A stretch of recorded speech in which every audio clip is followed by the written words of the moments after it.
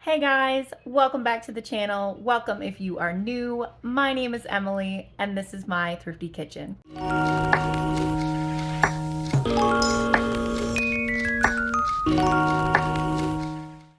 So this week I put together 5 dinners for my family on a budget of $25 from Aldi. I cross-referenced these prices at Walmart, so if you don't have access to an Aldi and you would like to try this meal plan out, the prices are fairly similar, at least at my Walmart. Each of these dinners was plenty to feed my family with young kids, but we did have a decent amount of leftovers, so I do feel confident that these recipes will feed 4 adult-sized portions. So I'm gonna go through all the ingredients I got, as well as the prices, and I'm really excited to show you what I made. So this is everything I got at Aldi. I got the frozen mixed vegetables for 98 cents. It was $7.49 for the chicken. It was $3.29 for the ground pork. It was $1.69 for the cream cheese. 95 cents for the green onions. This head of cabbage was $1.50. It was $1.55 for the spinach. The jalapenos for 85 cents. The white rice was a 3-pound bag for $2.65. The macaroni and cheese, $1.39. Can of black beans for 85 cents. And the tomatoes were 93 cents. The pasta, 98 cents. And the total for all of this was $25.50. This, my husband prefers chicken breast, so I really tried to fit that into the budget, but you can get a larger pack of boneless, skinless chicken thighs in the frozen department at Aldi. I believe it's 48 ounces for $7.25 at my store. And I've never tried the garlic and herb before, so we'll see. That just sounded like something new that I'd like to try. And I'm also really impressed that this is cheaper than even the regular like Italian style ground sausage at Aldi. And it's only like 30 cents more than the breakfast sausage, so that's pretty impressive to me.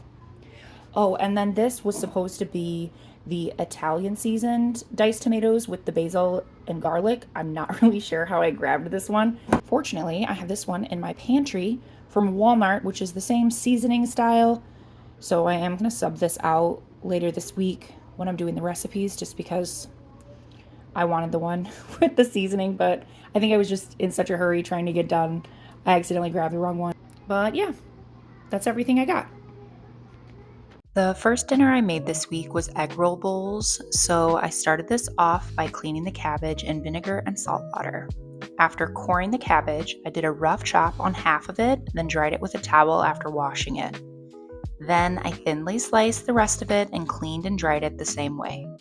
Next, I made a seasoning sauce with 2 tablespoons of soy sauce, 1 teaspoon of sesame oil, as well as some ground ginger, onion powder, and garlic powder. I put half of the ground pork in a hot pan, and while it started to brown, I made 3 cups of rice in the Instant Pot. Once the meat had started cooking, I added half of the seasoning sauce on the pork and chopped it up small as it cooked. I washed and sliced 3 of the green onions and separated the top from the whites. I added the thinly sliced cabbage to the pan as well as the whites of the onion and seasoned with a bit of salt and pepper. I added a couple tablespoons of water to the seasoning to thin it out a bit and added it to the mixture. I stirred it up as it finished cooking, and I like to make sure there's still a little bit of bite to the cabbage, but once the meat is thoroughly cooked, it was done. I served this with rice on the side and topped my husband and I's with sriracha, green onions, and sesame seeds. This dinner was filling, nutrient-rich, and I had a full serving of leftovers as well as some rice to save for a future meal. The next meal I made is a play on jalapeno popper pasta, so I made a cheese sauce by heating up 1.5 cups of water mixed with 2 teaspoons of chicken bouillon and adding the full block of cream cheese. I covered it with the lid and let the cream cheese soften up fully, then I mixed it in with the broth, and when everything was fully combined, I added the cheese sauce packet from the box of mac and cheese, mixed that in, and let it cook on low. I poured out all the chicken on a tray and sorted it by putting all the chicken that was completely thawed on a baking sheet and put the rest in a baggie for later use. I cooked these chicken breasts on 375 for 20 minutes until it was just cooked, making sure not to overdo it. While that was baking, I cooked the pasta in salted, boiling water according to the package directions. I seeded and diced 3 jalapenos for this, and you could leave more seeds in than I did, but I wanted to keep the spice in this minimal for my kids. I removed the cheese sauce, rinsed the pan, and added some oil and the chopped jalapenos. I also took 3 breast portions from the cooked chicken, diced them up, and added those to the pan as the jalapenos softened up. When the chicken got some color, I added the pasta and half of the cheese sauce. I seasoned it with some salt and pepper, parsley flakes, and garlic powder. I let this cook for a few minutes so all the flavors would combine together, and then it was ready to serve. Everyone really enjoyed this dinner, and it was a nice change to a traditional pasta dish. We also, as usual, had a good portion of leftovers as well. The third night's dinner was burrito bowls, so I started out by cooking 3 more cups of rice in the Instant Pot and prepped 2 jalapenos and 2 green onions.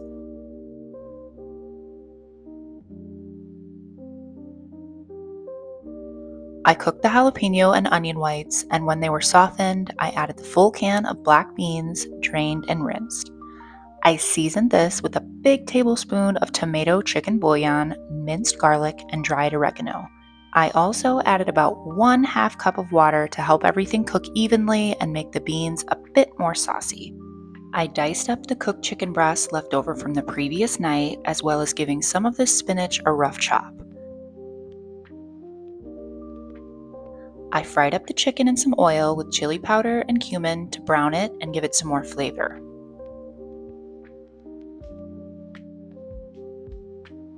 When my beans and chicken were heated through, I heated up about half of the remaining cheese sauce in the microwave, and these are our burrito bowls. These were so flavorful, and we had plenty for our leftover portion, as well as some more rice, which I added to the previous leftover rice container once it cooled. The fourth night, I used all of that leftover rice up by making chicken fried rice. I cut up all of the remaining chicken breasts, and I did end up setting some of this aside as well because I didn't need all of it. I added the chicken to a hot, oiled pan, and after it was cooked halfway through, I added the majority of my mixed vegetables. I also didn't add the entire bag because I just didn't feel it was necessary. I'm breaking the chicken breast into a little bit smaller pieces too, but that's not necessary. It's just a personal preference with the texture of the rice. I seasoned this mixture with soy sauce, sesame oil, and minced garlic to taste, as well as a bit of this garlic and pepper seasoning, which is just majority salt, so if you ever use this, beware. After it was all cooked, I added the rice and seasoned with a bit more soy sauce and some ground ginger and chili powder. I made sure this was mixed well and fried it up as best I can in a nonstick skillet. Dinner this night was delicious, and the leftovers we had, my sister came over the following day after work and ended up eating them before she went to the movies and said it was great. The last meal, I wanted to make kind of a Hamburger Helper style dinner, so I cooked the rest of the ground pork and seasoned with my dad's seasoning mix, then added the box of mac and cheese noodles after it was cooked. Next, I added the can of diced tomatoes, as well as some minced garlic, oregano, onion powder, and chili powder. I also added 1 full can of water mixed with the tomato and chicken bouillon for some extra flavor.